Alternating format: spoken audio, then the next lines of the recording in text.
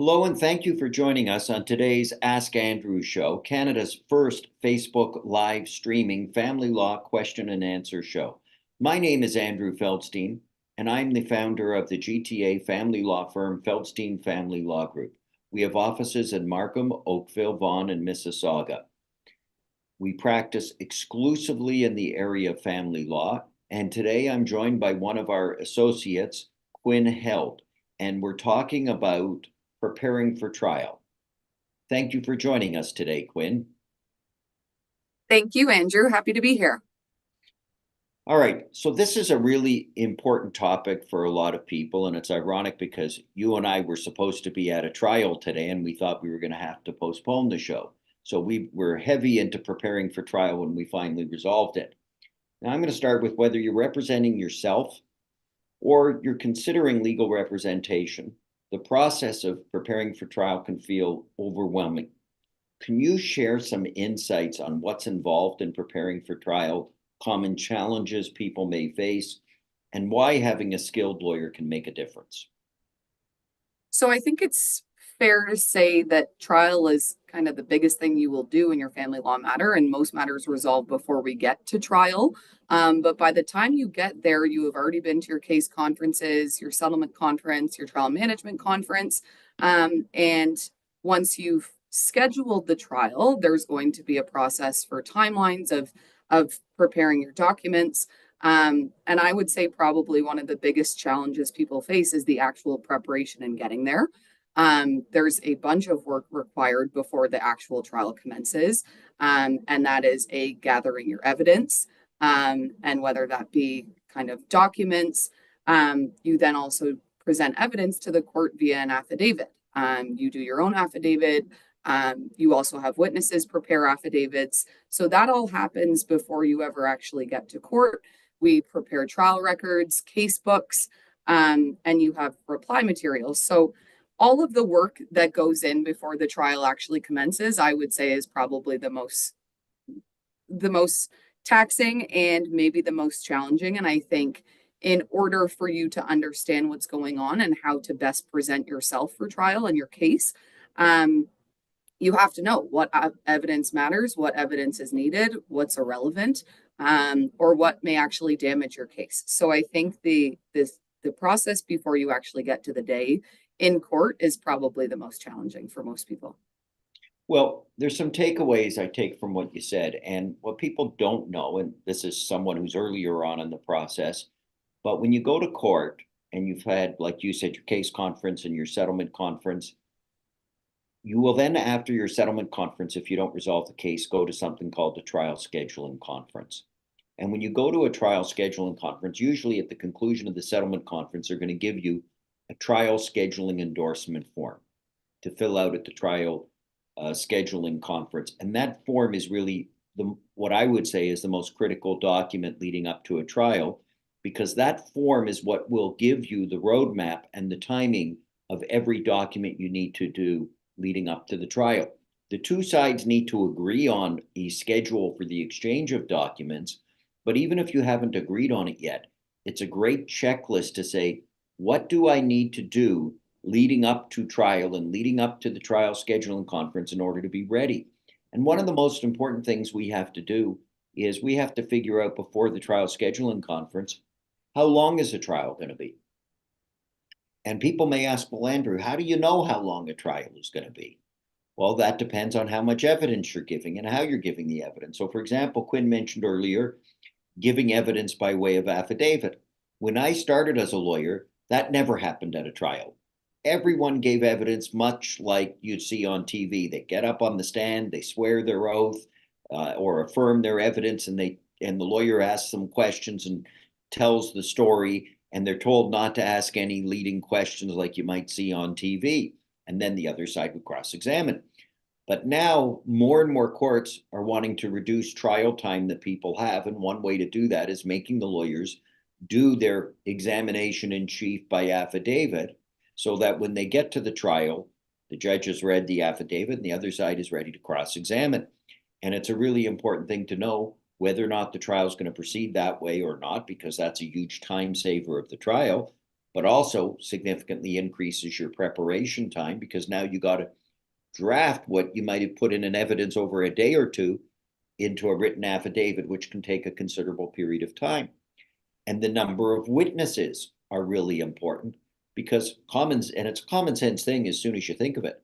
More witnesses, longer trial time. Fewer witnesses, less trial time. Some witnesses, like the parties themselves, will typically be the ones who give the most evidence and will be up there for the longest cross-examination. But sometimes there are other critical witnesses as well. They may be experts, such as an assessor, a social worker for the Office of the Children's Lawyer, a business valuator. It could be some people that witnessed horrendous events. But all of this are things that you need to think about as soon as the settlement conference has concluded, and you're now thinking about preparing for trial. Because when you go to that trial scheduling conference, you need to say, these are going to be my witnesses.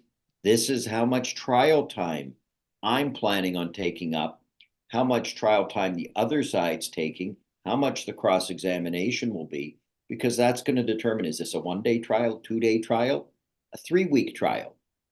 And there's one simple conclusion that's rather obvious for anybody to think about. Every day of trial, if you're having a lawyer, is going to cost you more money.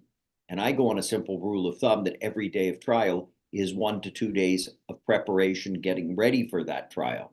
So when people think of trial, you really need to appreciate that if you're going to use a lawyer for the trial, it is horrendously expensive. It may be more than what you may end up paying for a child's university education. So what the message is there for both parties, it's sometimes it's path of mutual destruction, is that it's important to beware that you want to settle and resolve it without even doing the preparation. So now, Quinn, we've had a little bit of a discussion about that. So I want you to discuss, how does evidence go in at a trial, and what type of evidence is needed, and how does it get presented? So, I think we both have probably briefly touched on it, but like you said, it used to be that your evidence, you will go to trial and you will you do your affidavit in chief on the stand. You present all your evidence on the stand. Now, we're able to do the evidence in chief by affidavit if we're permitted to do so, and evidence in your affidavit, there's a range of evidence you can include, and that's why I think both of us have said too, it's very important to gather that evidence before you start drafting and before you start rambling about things that may not make sense. But evidence can be documents that you attach as exhibits to your affidavit. You also have to be careful with what is referred to as hearsay evidence, and I think it's a common issue in a lot of trials, that you cannot present hearsay evidence. So you cannot say, my mom told me that he did this. If you want to rely on something like that, your mother would have to introduce that evidence in her own affidavit. You cannot speak that evidence on her behalf. So I think if you want to include evidence of that nature, then you have to say, okay, is this witness relevant to the issues at trial? Is it worth it for them to put forth an affidavit? Because I think Andrew can agree, when someone hears that they're going to trial, everybody's first train of thought is, I have 20 people that could be my witnesses. And that's actually not what the court wants. I tend to think less is more. You want people that can provide good evidence. If someone can just say she loves her child, sure. Is that helpful? Maybe. But at the end of the day, will anything turn on that? Probably not.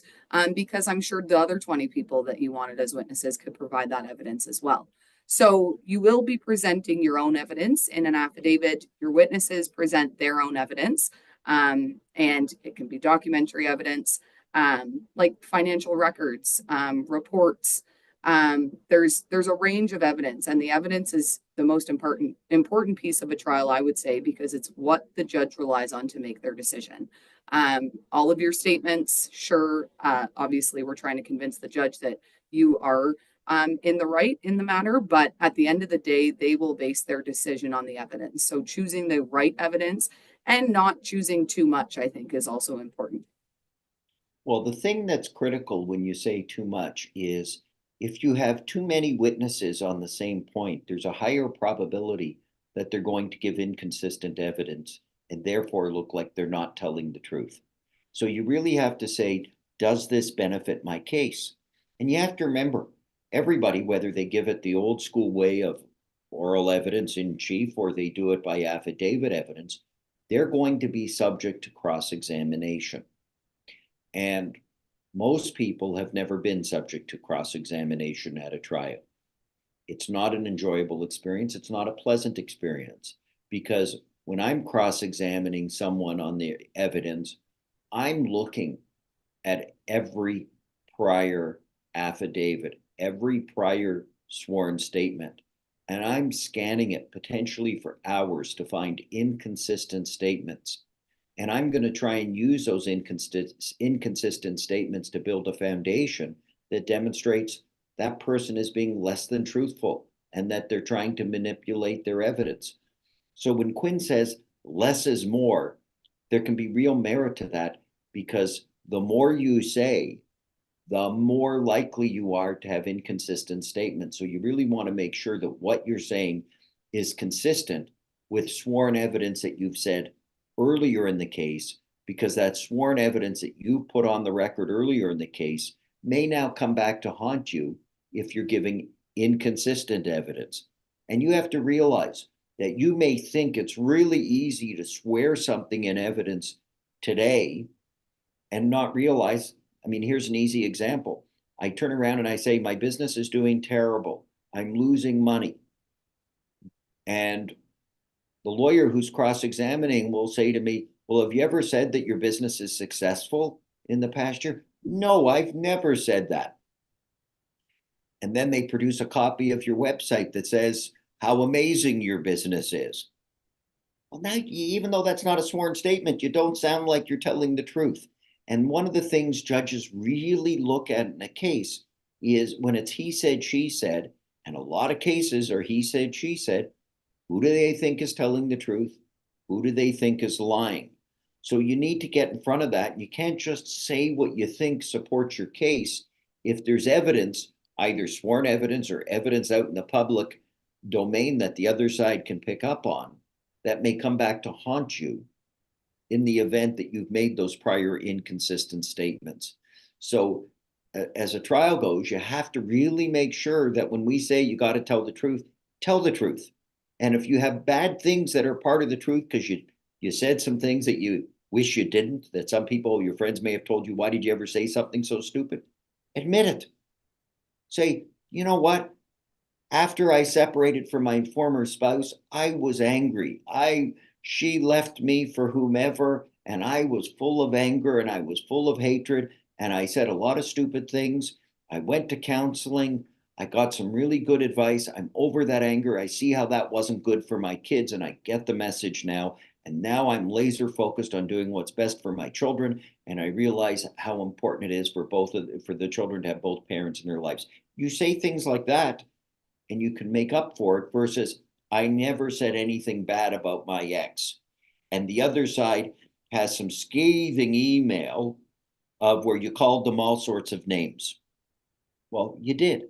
Now, when you say you want to make up for it, you're not believable. When you say, yeah, I said a lot of stupid things, what you've done is you've taken the temperature right down from those stupid things that you said, and you've owned them, and you said, I've moved past them. So strategizing for how you're going to deal with the evidence and realizing everybody is a human being. And what that means is nobody has ever behaved perfectly. And everybody gets to make mistakes. Everybody has made mistakes, but get in front of them and don't lie about them and admit the weakness. Because to people like Quinn and I, when we read lots of cases, one of the things we see is judges commenting on credibility that somebody has admitted weaknesses in their case. Do you have anything to add to that, Quinn?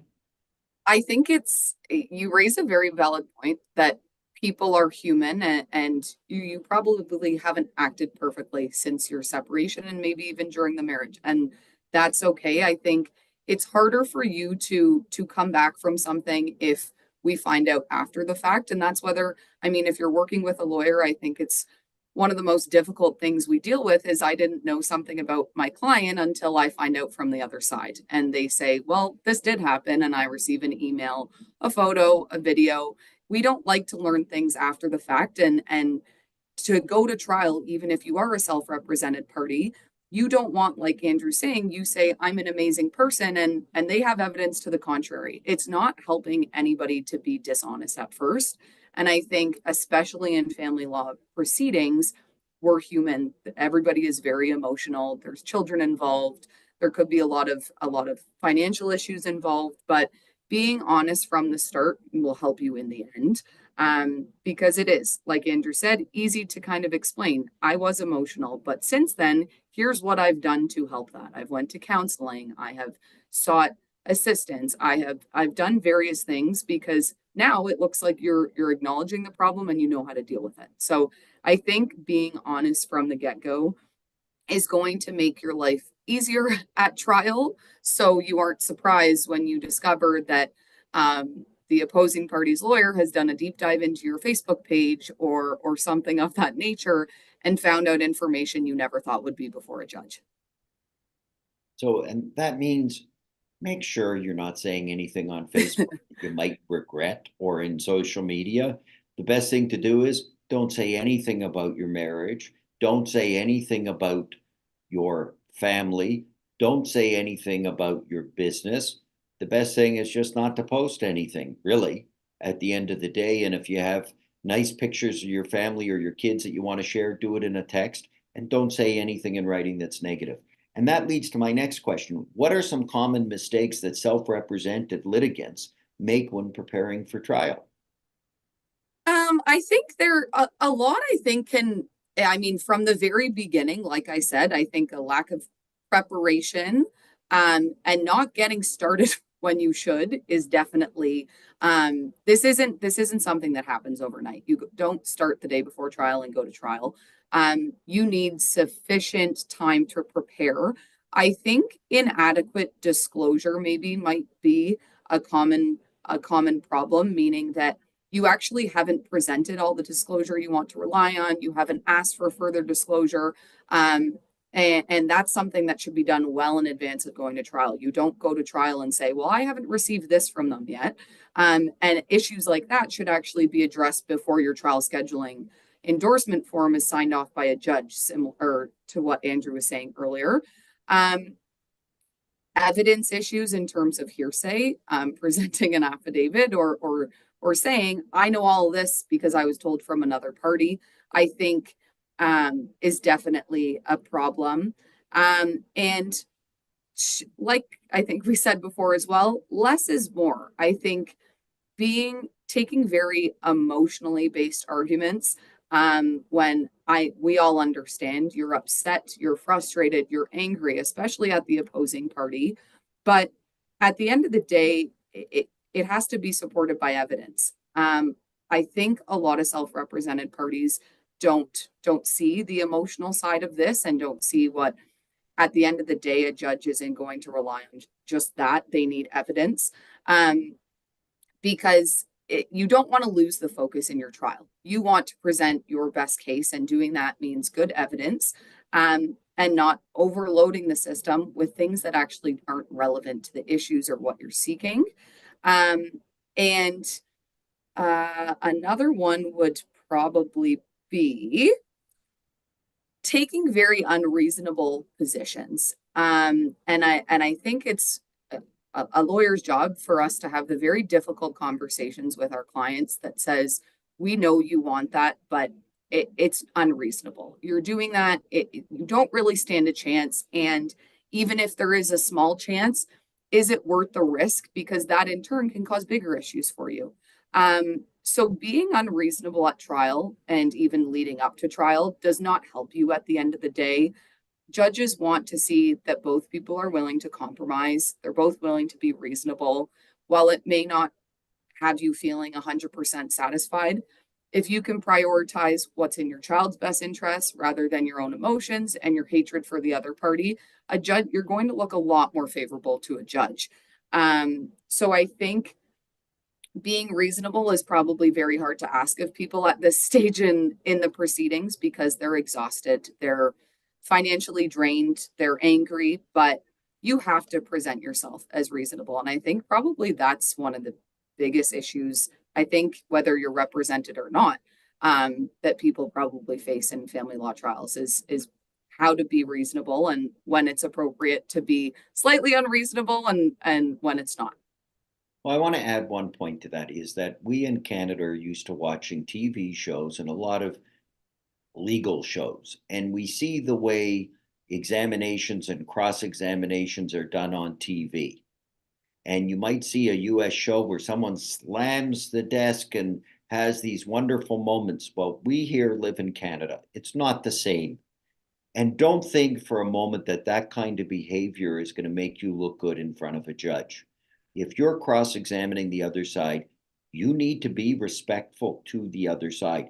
And you have to remember in the back of the judge's mind, especially in cases when there's allegations of intimate partner violence, and now you as the ex-partner is cross-examining your former spouse, your body language and the way you do that may send a message to the court that you're just further exacerbating what they viewed as the intimate partner violence.